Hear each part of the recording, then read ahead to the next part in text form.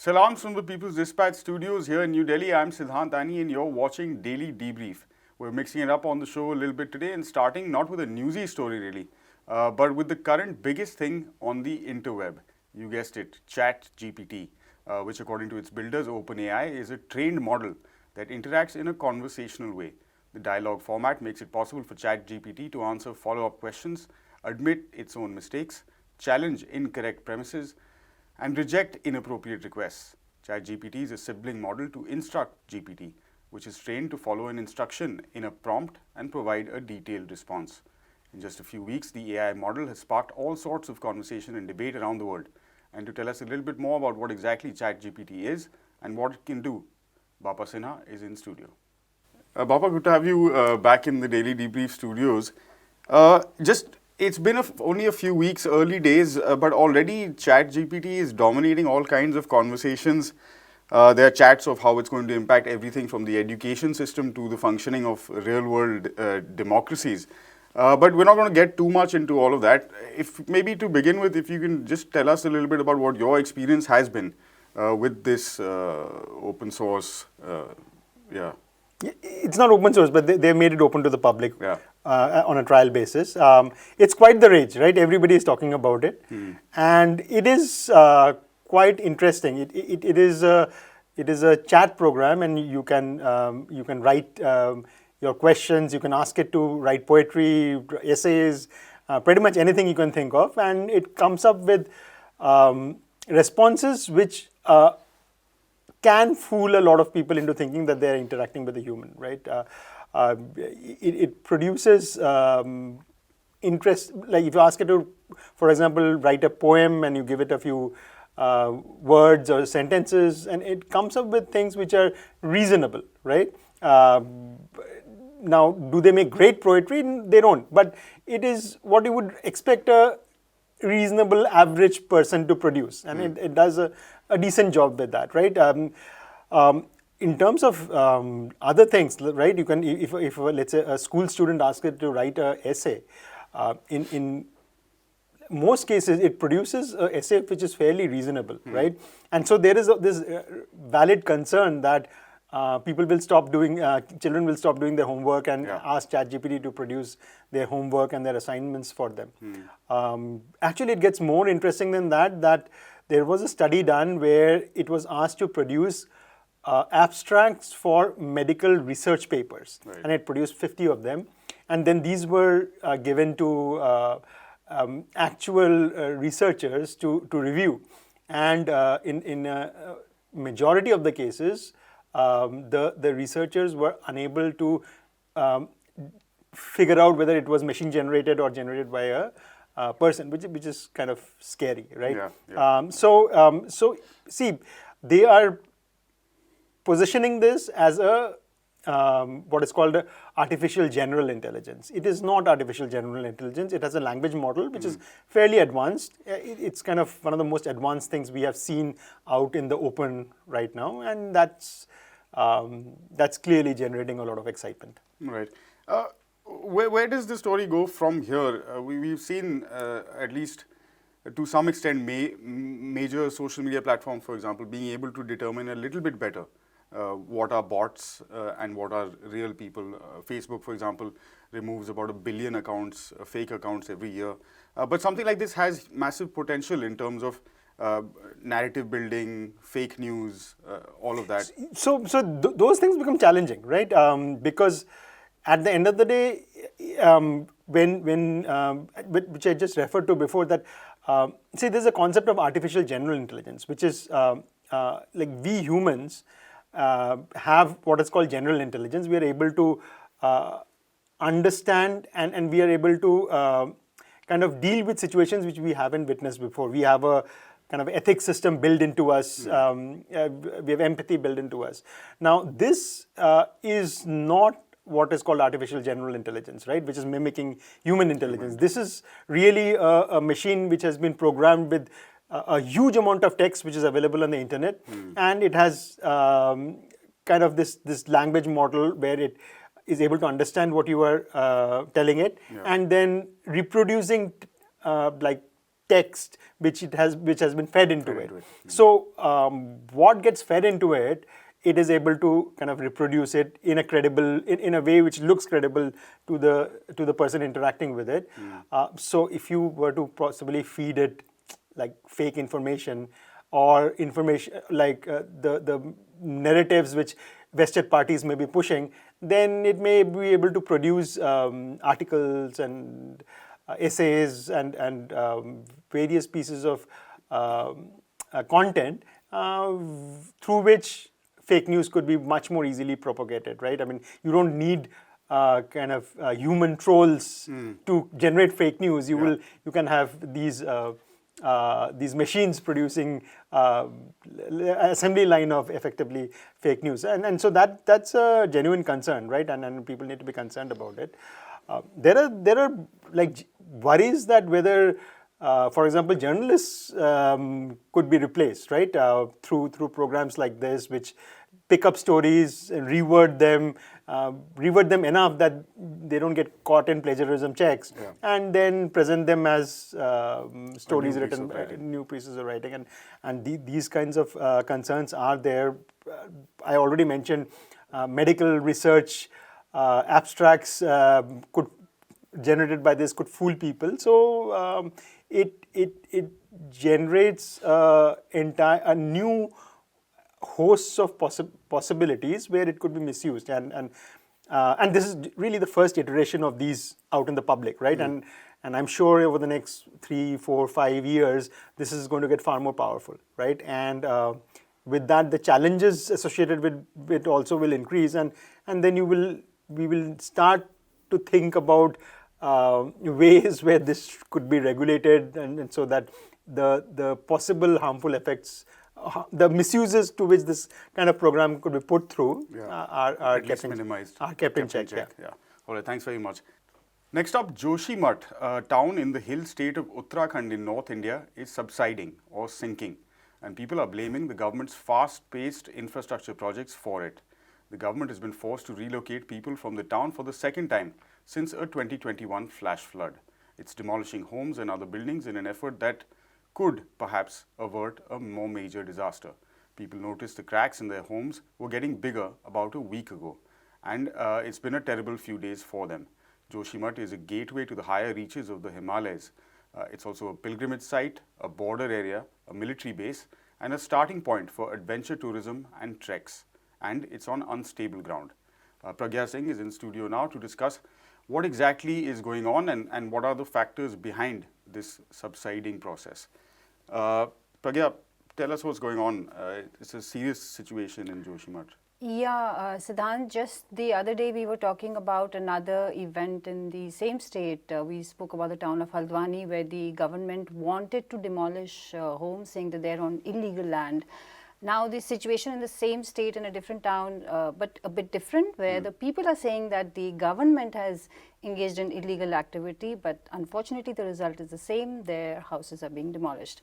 So essentially about a week ago, people found that there were cracks in their homes since a flash flood occurred last year in February, and those cracks have started widening, and new cracks have appeared.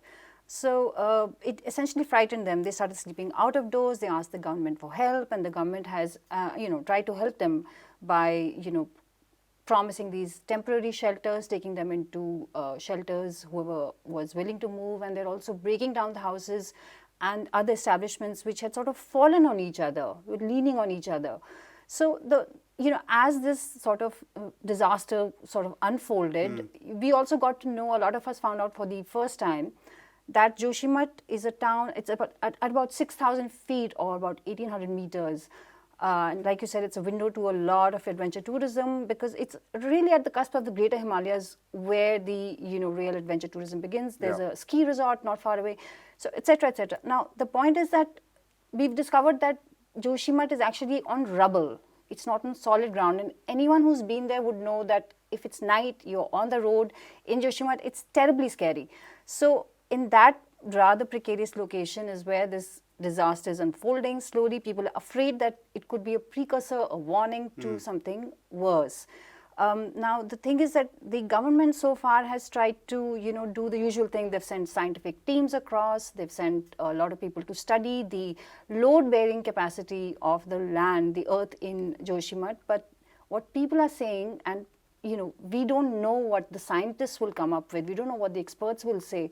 But the people are afraid of the breakneck pace of development, meaning that there's one large state-owned power project which is running, a very high-end energy power plant over there, which they say had led to 3 previous aquifer bursts, releasing water at high pressure, and they fear that something like that could happen again, or the effect of previous aquifer bursts is what they are seeing now. How is the government looking at this and aiming to sort of counter development objectives and development projects? It's a hilly state, like you mentioned, so obviously lots of different factors involved in mega construction and infrastructure projects, obviously. How is the government approaching this, and sort of what can we expect in terms of movement on this story in the coming weeks? So right after the people started complaining about the cracks in their homes and started demanding some sort of, relief, the government has said $5.5 million will be given to people. They have said food, electricity will be free. They've said that they can go and live somewhere safe until this problem is solved. But the response has also been to sort of gag the other government agencies which provide you information on what's happening. So the ISRO, the Indian Space Research Organization, said that there's, one of their subsidiaries said that, look, there's been a 5 centimeter, a 9 centimeter subsidence in Joshimath, which, once the information came out in the public, and the National Disaster Management Authority, some of the officials also, made it clear that the sinking is pretty serious.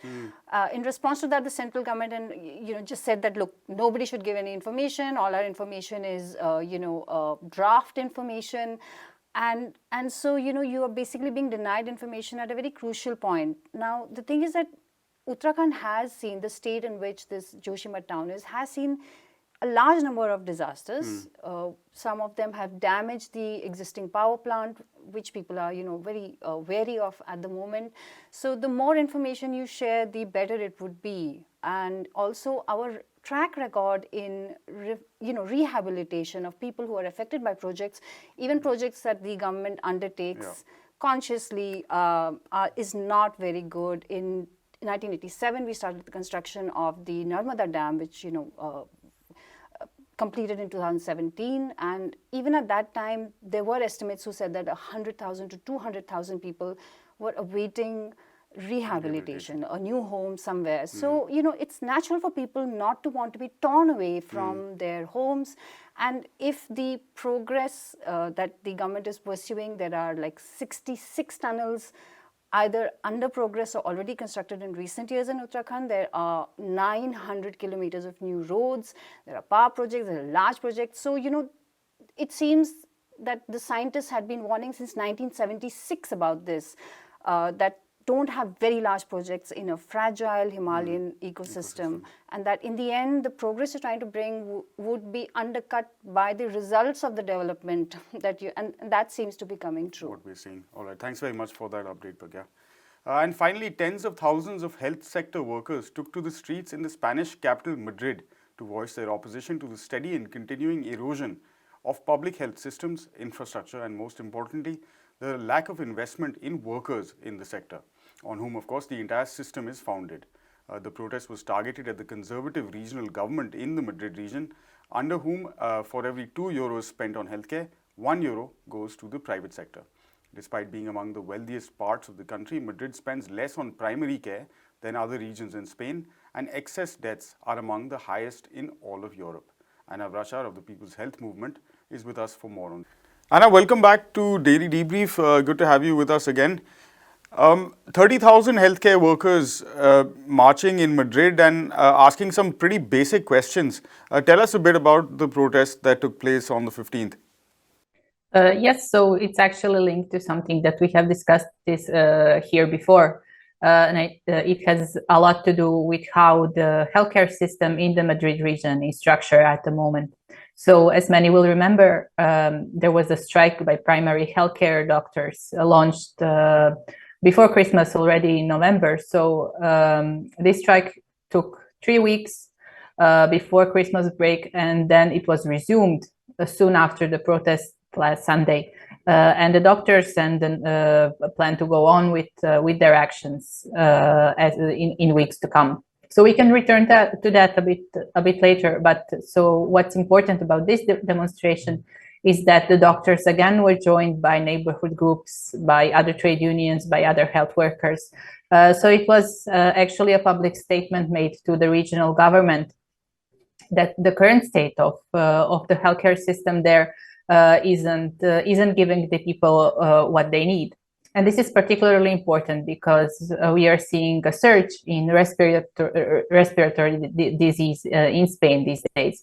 So, you know, it's again something that it's a moment when the healthcare system should be fully operational, when we should be seeing additional resources being directed towards there. Instead, what we are seeing that the regional government is still insisting on on regressive, let's put it that way, measures and approaches to health policy, which is harming people. I think the lowest sort of spends on the public healthcare system in Madrid, despite it being one of the richest parts of Spain as well, and extremely high sort of excess mortality rates as well. There are elections coming up. Is this likely to be a major issue for people in the region? Well, you know, judging from the reaction and judging from the level of announcements and of the number of announcements coming from different groups which regard healthcare, I mean, it would be fair to presume that it will actually be a very important point to take into consideration. So it's also, you know, it brings us back to what you mentioned about Madrid's level of investment in healthcare. So if we look at primary healthcare in particular, this is the region which invests the least, as you said. It invests far less from what the WHO sees as something of a benchmark. Let's say, for primary healthcare, around 25% of the public healthcare budget should be allocated to primary healthcare, and so it has to be said that you know, I think that no region in Spain actually allocates this much, but it allocates more than Madrid. And now what's interesting is also that, you know, now we're not even talking only about Madrid anymore. As the strike in primary healthcare continues there, we are seeing announcements in other regions where people are saying that their healthcare systems are also struggling under a lot of pressure and need additional resources to function further. Right. Anna, lastly, we have a little time. How does this fit in? There's a global movement at this point in the healthcare sector. We're seeing multiple demonstrations, strikes, and other actions across the world. How does this fit into the bigger picture of public health? We've also seen the Oxfam report come out that clearly states how much inequality the world is facing at the moment. Yes, and I think, you know, it's somehow a very exciting time to see all these health workers join with their communities and take action for something that they've been warning about and essentially fighting through their unions, through their organizations previously. So I think that the Madrid strike and also the demonstrations that are happening, which are part of what they call Marea Blanca, the white tide, which is a public movement for public universal healthcare. And I think it kind of summarizes perfectly what people around the world are saying right now. That, you know, on the one hand, we need to have systems, health systems, which are there for people, which are based on people's needs. On the other hand, we need health systems that respond to health workers' needs as well. So these public health systems cannot operate without health workers. We know that much. So now it's time to actually invest the resources into the health workforce. And that's, I think, significant in the context of the Oxfam report, because we know that, you know, as the whole world struggles with a lack of health workers, rich countries are able to recruit from from the global south. That means that the lack of health workers in the global south is very likely to have, it's not likely, it's certain to have much more difficult consequences for the people there.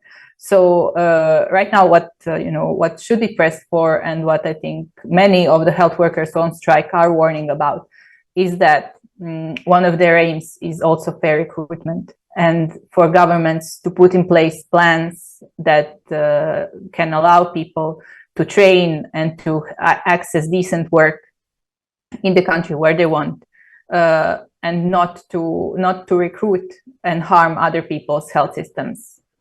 All right, very much, Anna. Good to have you with us today. Thanks. Well, that's a wrap for this episode of the Daily Debrief. From me and the entire team here at People's Dispatch, thank you very much for watching. As always, we invite you to our website, peoplesdispatch.org, for more details on these stories and all of the other work we do. And also, don't forget to follow us on the social media platform of your choice if you haven't already. We'll be back same time, same place tomorrow. Until then, goodbye.